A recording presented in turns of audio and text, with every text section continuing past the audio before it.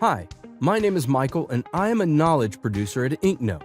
In this video, I will show you how to save and view your ClassPoint student responses.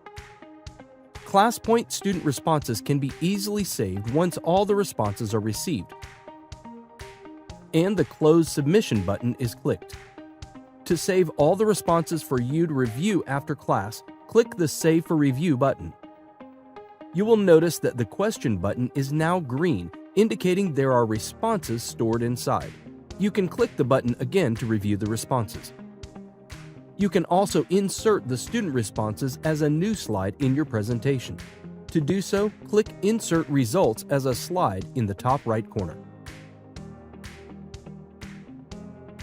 To view particular individual student responses as a slide, click on the download icon on their submission. This will insert that response as a new slide in your presentation. Lastly, you can also review the responses in PowerPoint edit mode. Once you're on a slide with a ClassPoint question, you can find the View Responses button on the side question panel.